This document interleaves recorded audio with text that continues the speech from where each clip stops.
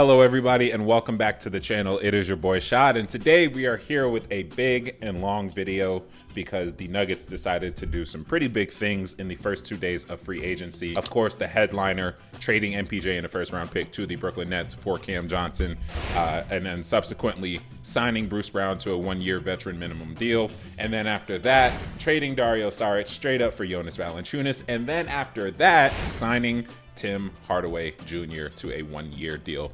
So first impressions, I was walking into this offseason expecting absolutely nothing. I was expecting this team to be like, you know what, we got pretty close against the Thunder. Like we took them to 7, even with all the banged up injuries and an imperfect roster. Like, let's just run it back. I was really worried that that would be the mindset, but John Wallace, Ben Tenzer, different ideas, and they have actually gone out and made this team deeper and better. As I said, this video is going to be pretty long. There's a lot of things that I want to talk about. A lot of things that I've been tweeting about and TikToking about that I want to put all together into this video. We'll start with the Cam Johnson for MPJ swap, essentially. This trade accomplished a couple of things. The main thing I feel like is that it created a lot more cap space for the Denver Nuggets to work with immediately. Created a lot more space when it came to being able to use a higher MLE. That can do a lot for a team. The second thing that it accomplished was the fact that it allowed us to keep a high volume, high efficiency three-point shooter on the team. One of the biggest things about trading MPJ is that, yes, MPJ has his flaws, but his strength, his biggest strength, his three-point shooting is so vital to this team because A, this team is already a low volume three-point shooting team as is. So someone has to get up a lot, or at least a good chunk of those shots for the team and be damn good at it. Michael Porter Jr. is a career 40% plus three-point shooter. So I was never worried about his like season-long three-point percentage production. I was never worried about that. But we keep that three-point shooting as well in Cam Johnson, and we also get a diversified offensive talent. The reason why Cam Johnson, I believe, and so many other Nuggets fans believe, is going to fit in so well is because he does things that MPJ did not do. He play makes better, he passes better, just kind of by default. I know that's not a really high bar to get over when it comes to comparing to MPJ, but he is a willing passer. He is a high IQ player. If you have not heard him talk on Young Man in the Three, Old Man in the Three with JJ Redick, Tommy Alter, and whoever else, please do, because the way he talks about the game, you would swear that he came from Nuggets culture, because this is something that is really embraced here at Basketball IQ. Fitting within the system, making sure you know what your role is and excelling in that. Cam Johnson's going to come in and immediately fit into a system that is going to get him shots, that is going to put him in a position to get better as an on-ball creator, not only for himself, but for others. And it will also allow him to take a step back in his role. With the Brooklyn Nets for the past 2 seasons, he has been essentially 1 or 2 option. Is he a 1 or 2 option? Absolutely not. I don't believe that he is, but he is someone that slotting into the 3rd option spot, or even lessening that and going into a 4th option spot, is so lethal. Teams were able to attack MPJ in different ways offensively, whether that's complete off-ball denial, whether that's when he gets the ball, playing extra tight on him, and all this stuff, just taking away his space. MPJ ran into problems as a dribbler, as a creator for himself. I think those problems are going to go away in very noticeable ways when it comes to Cam Johnson's involvement in the offense now as opposed to MPJ. The third thing that this trade accomplished, I believe, is the fact that it just changed things up. There has been a big call from a large chunk of this fan base. What the fuck is going on? There's been a call, a very loud call from a chunk of this fan base asking for something to just change, because we started seeing the decline of this team. We were talking about Project Dynasty for so long after that championship, and those talks really went away pretty damn quickly because of the state that the team was in. I think the first move, first of all, setting the tone for the rest of free agency by doing this MPJ trade, I think is probably the best way that they could have gotten this whole thing started. Sequentially, like, yes, this had to happen first in order for the domino effect of more money being added or freed up and then signing players under that money and yada yada. Like, I understand that this had to happen first, but I'm glad that it happened first because it did set that tone. But overall, I love Cam Johnson's fit. I touched on it a little bit before, but his high IQ, his ability to create off the catch, his ability alongside Jamal Murray, who now doesn't have to be sole option when it comes to the staggers without Jokic, or Cam Johnson and AG staggering together. Again, another playmaker, another scorer with the ball that's playing next to Aaron Gordon, whose playmaking himself is only getting better. So having another trusted weapon to feed off of him as well is going to be amazing. And then, of course, the Jokic and Cam Johnson plus whoever else on the floor, I think it's just going to be an incredible pairing. Yes, because Jokic is on the floor, but also because Cam Johnson, I think, is that good of a player and that good of a role player, that good of a team player to be able to maximize himself next to Jokic. There is a lot of discussion when it comes to Cam Johnson about games played, and I do want to touch on that just a little bit. I looked at his injury history, and it seems as though most of these injuries are wear and tear. So like knee problems, knee injuries that kept him out for a couple games at a time, or ankle injuries. I think the biggest one that I saw, and I could be wrong, so please correct me in the comments if I am, I believe his biggest one was a right quad contusion, and that was 3 years ago, so I'm not really worried about that. Michael Porter Jr., on the other hand, yes, he was healthy, he was available for these last couple of seasons, and I commend him for that greatly, especially with how his career started, the back surgeries and all this stuff, all this missed time. I'm glad that he was able to stay available for the last couple of seasons at the rate that he did. I will never be able to take that away from him. That is incredible stuff. But I say all that to say that I'm not as concerned with Cam Johnson's missed games played, or missed games rather, over the last couple of seasons, especially because he was on the Nets. So I'm giving a really big chunk of that to tanking purposes, because he is himself a good enough player to accidentally win a couple more games than the Nets want to. So I'm chalking a lot of these missed games over the last 2 years to that Nets tap. Now moving on to the 3 subsequent signings and the 1 trade that happened after the Cam Johnson trade. Bruce Brown, Jonas Valanciunas, and Tim Hardaway Jr. are now Denver Nuggets for the upcoming season. I'm gonna admit, I'm glad we have names on the bench. I am unashamed in that fact that I'm glad we have names. Despite their shortcomings, each of them fulfills a role that we are going to need, and they are better than I think the collective bench that we've had over the last 2 seasons since the championship year. Bruce Brown, it's pretty straightforward. Coming back to the championship squad, he is a do-it-all guard. He is a utility guard. He is someone that came in and filled so many roles for us that led to us being able to win that championship. Being able to use him as a pseudo starter, a 6th man, a 7th man, a small forward, a roll man, a corner 3 shooter, all these different things. Bruce Brown had a role within this offense, and he did most of them pretty damn well enough to help us win the title. He may have gotten worse. Sure, I'm not gonna argue and say that, oh yeah, Bruce Brown is the exact same player that he was. I understand that. And I'm not banking on him to be the top version of himself, especially now because the entire team is deeper than what it was in 2023. Just based off of names and talent attached to those names alone, this team coming up, because there is one more roster spot we can fill, so we could do something crazy. This 2025-2026 Denver Nuggets team is going to be deeper than the rest of the Nuggets teams that we've had at least over the last 5 years. But yeah, like I'm not concerned with Bruce Brown not being his peak version. I'm just not. We need a body, someone who knows the system. It's a really big plus that he does, and I think enough people or more people need to recognize that. And the chemistry is there.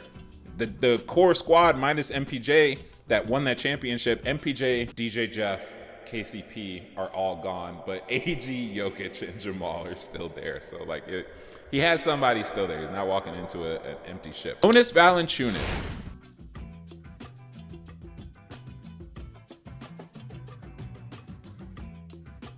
I understand that the defensive shortcomings are going to make me upset. I understand that I'm going to yell at Jonas Valanciunas for shooting a 3 that I don't think he needs to be shooting in the moment that he shoots it.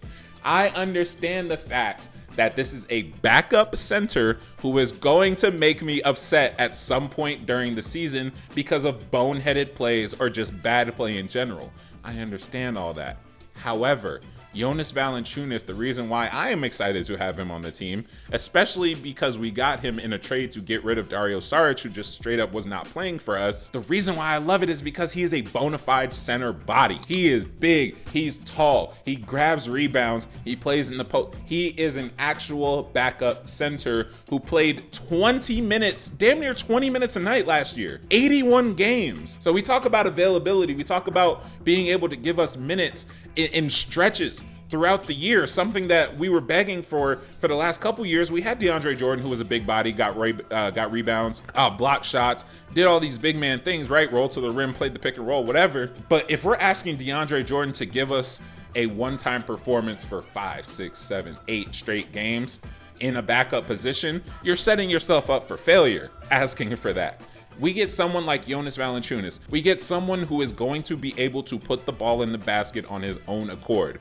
When it comes to the short pick and pop game, whether it comes to just straight up post ups, Jonas Valanciunas is going to be able to put the ball in the bucket, and he is a certified big body. Defensive shortcomings and all, I understand that, but I believe there are ways to insulate that.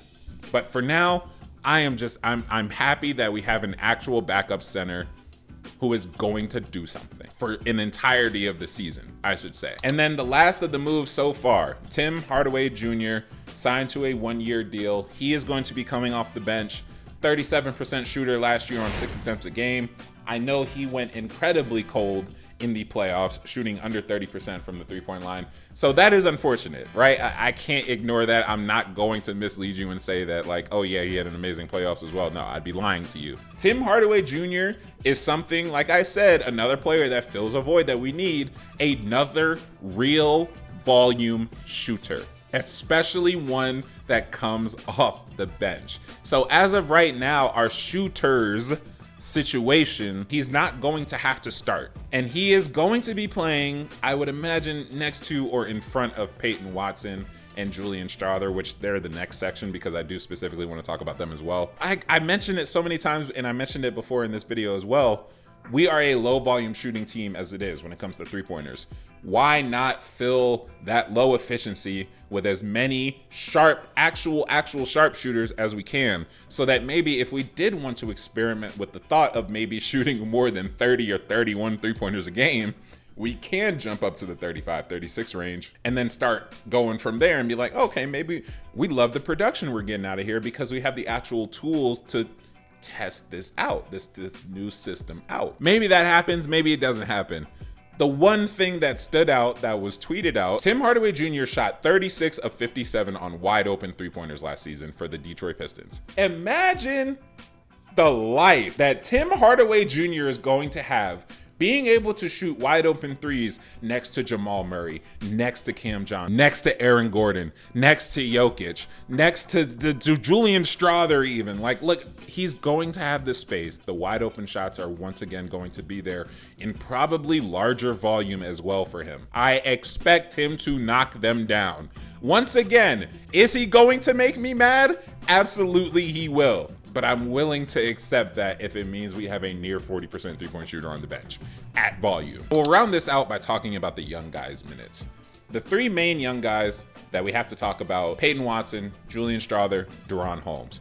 De'Ron Holmes famously coming off an Achilles injury that he suffered in the summer league of his rookie year, unfortunately in his first game. He did have 11 and 7 in that game. He was on his way to something really special that game. His role on the team to start the year, we're not sure exactly where it's gonna be, how much they're gonna trust him to start off the season, where he's even at when it comes to being able to play. We'll see how he does in the summer league. We'll see what his body's looking like, how his play, his mind is all looking like, and then we can evaluate from there. But for now, just he's coming off an Achilles injury. That's it. Peyton Watson is in a contract year. Our backup small forward, power forward, wing, shot blocking wing. Him alongside Julian Strawther, who is the 3rd young guy that we have to talk about. Both of them now have to prove it. In a very real and pressured sense, they have to prove that they are better than the vets that have been brought in.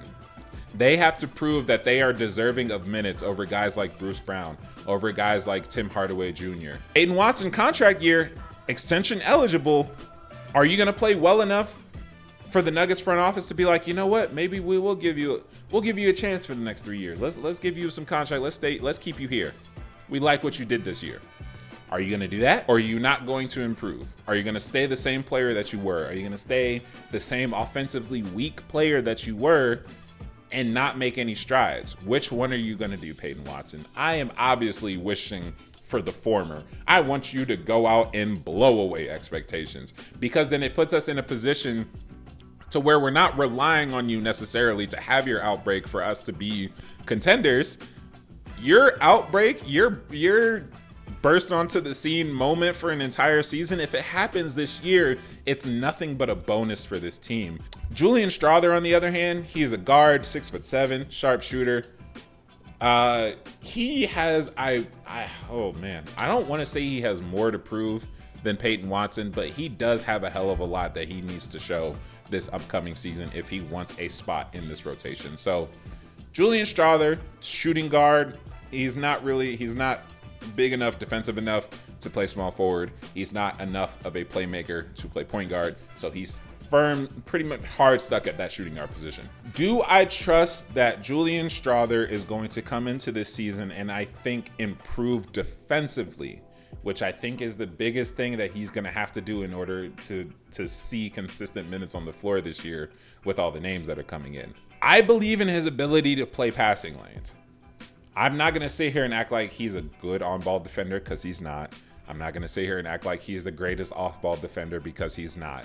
And he has shown an ability to block shots, help at the rim sometimes, chase down a shot, get his hands on the ball at the rim, whatever. Like, I love those flashes that he's shown, but can he continue that throughout the entire season? Can he make it a consistent effort defensively for an entire season? Can he go stretches of games minimizing the amount of defensive lapses that he has, keeping attached to his man, knowing what's going on in front of you, not getting yourself lost on the defensive end? Can he do those things for the stretch of a season? I would love for him to be able to show that, because then it just adds to the fire of this new deep Nuggets team. Peyton Watson and Julian Strawther have all the pressure in the world to not get their minutes snatched, straight up. And I love the fact that they have this pressure, because it really shows, like, hey, if you're able to step up in these moments, not necessarily fighting your teammate, but fighting your teammate, competing against your teammate, that's a different type of fire. And if you can show me that you have that, I feel much more confident in you as a player, and I feel much more confident in you as a permanent rotation piece. And it would just only be a plus if one of these guys faced the fire, faced the pressure, and came out on top. That only serves us, because these two are our young guys. We would hypothetically could have them under contract at least for the next 4 years if they show us something this year and next year in Julian Strawther's case. If they excel, if they succeed, the Nuggets will have themselves a rotation of 9 to 10 to 11 players that can play trusted minutes every single night out there. The relief that that's going to have on the starting lineup, the relief that's going to have top to bottom for everyone on this roster, is going to be immaculate if these two can pull it together and show us some stuff. I have been talking a lot. Holy shit. That was such a fun video to record, though. The Nuggets are making moves, and I'm really excited that they are. I'm just glad that we aren't sitting on our hands and we are actually making moves, meaningful moves, toward championship contention. We have Nikola Jokic on the roster. Making the playoffs is not a good enough objective. That's not a good enough goal. Making the conference finals is not a good enough goal. We have the best player in the world on our team. We should be title contenders year in and year out. We unfortunately took a break for the last year, but we're back now. Shout out to John Wallace. Shout out to Ben Tenzer for putting your foot down and making something happen for this team in a positive way. Shout out to y'all. Shout out to you, the viewer, for watching this video all the way through. If you did all the way, if you made it, blah, blah, blah. If you made it all the way through, thank you so much. That's all I got. Appreciate you. I'll see you in the next one. Podcast episode coming out soon, and then we're gonna have another video talking about the types of rotations that I think the Nuggets can run during the season, because there are a lot of different possibilities that I'm really excited to talk about. So that's what we got coming up. Thank you so much again. I'll talk to you later. Peace out.